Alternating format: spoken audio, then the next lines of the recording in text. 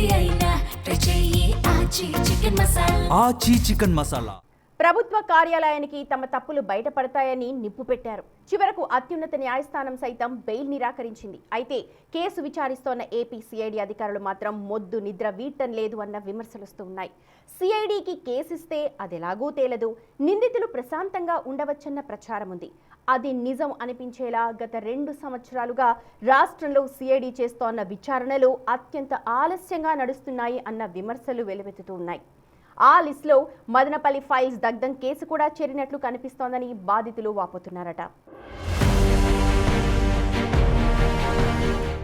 తాజాగా Madanapalle sub collector కార్యాలయంలో ఫైళ్ల దహనం కేసులో వైసీపీ సీనియర్ నేత మాజీ మంత్రి పెద్దిరెడ్డి రామచంద్రారెడ్డి అనుచరులకు సుప్రీంకోర్టులో చుక్కెదురైంది. పెద్దిరెడ్డి రామచంద్రారెడ్డి పిఏతో పాటు ఆయన ప్రధాన అనుచరుడికి ముందస్తు బెయిల్ ఇచ్చేందుకు సుప్రీంకోర్టు నిరాకరించింది. తమకు ముందస్తు బెయిల్ ఇవ్వాలంటూ ఈ కేసులో A3, A4 నిందితులుగా ఉన్న వంకిరెడ్డి మాధవరెడ్డి, బి మునిరత్నం సుప్రీంకోర్టును ఆశ్రయించారు. వీరిద్దరిలో ఒకరు పెద్దిరెడ్డి రామచంద్రారెడ్డికి మాజీ పిఏ కాగా మరొకరు ప్రధాన అనుచరుడిగా ఉన్నారు. వీరిద్దరికీ బెయిల్ ఇచ్చే పిటిషన్పై సుప్రీంకోర్టులో విచారణ జరిగింది. మదనపల్లి ఫైల్స్ దహనం కేసు దర్యాప్తునకు తాము అడ్డు రాలేమంటూ జస్టిస్ మనోజ్ మిశ్రా, జస్టిస్ మన్మోహన్ తో కూడిన ధర్మాసనం స్పష్టం చేసింది. 20,000 ఎకరాలకు పైగా భూములకు సంబంధించిన దస్త్రాల దహనం చిన్న విషయమేమీ కాదని ఈ సందర్భంగా ధర్మాసనం అభిప్రాయపడింది. దీంతో వీరికి బెయిల్ ఇచ్చేందుకు నిరాకరించింది. అలాగే ఈ ఘటన చోటు చేసుకున్న సమయంలో తాను దేశంలో లేనంటూ కోర్టు దృష్టికి ఒక నిందితుడు తీసుకువెళ్లాడు. కుట్ర పన్నడానికి దేశంలోనే ఉండాల్సిన అవసరం లేదని ధర్మాసనం వ్యాఖ్యానించింది. అదేవిధంగా ఈ కేసులో ఇప్పటికే చాలా మంది నిందితులు బెయిల్పై బయటకొచ్చారన్న నిందితుల వాదనను సుప్రీంకోర్టు తోసిపుచ్చింది. కింది కోర్టుకు వెళ్లి రెగ్యులర్ బెయిల్ కోసం పిటిషన్ దాఖలు చేసుకోవాలని నిందితులకు ధర్మాసనం సూచించింది. ఇంత పెద్ద వ్యవహారంలో ముందస్తు బెయిల్ ఇవ్వటం కుదరదని ధర్మాసనం తేల్చి చెప్పింది. ఆ క్రమంలో వీరు దాఖలు చేసిన 2 పిటిషన్లను సుప్రీంకోర్టు డిస్మిస్ చేసింది.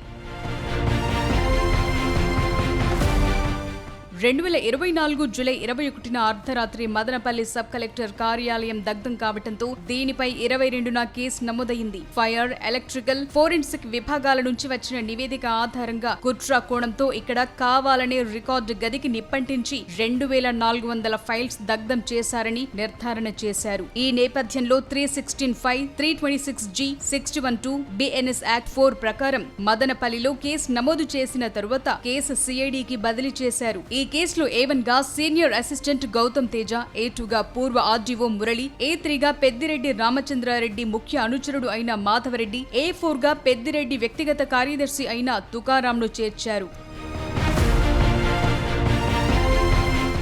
ఫైర్ జరిగిన రోజు అరగంట ముందు వరకు సాయి తేజతో ఆర్డీఓ మురళి ఉన్నట్లు నిర్ధారించారు. దీంతో పాటు అక్కడ ఇంజిన్ ఆయిల్ దొరకటం, అగ్గిపుల్లలు వంటివి దొరకటంతో ఫోరెన్సిక్ నిపుణులు ఇచ్చిన సమాచారం మేరకు కుట్రతో ప్రభుత్వ కార్యాలయాన్ని కాల్చివేశారని నిర్ధారించారు. అప్పటికే 14,000 ఎకరాలు మదనపల్లి సబ్ డివిజన్ పరిధిలో డీకేటీ భూములను ప్రీహోల్డ్ చేశాడనే కారణంతో అప్పటి ఆర్డీఓ మురళిని సస్పెండ్ చేశారు.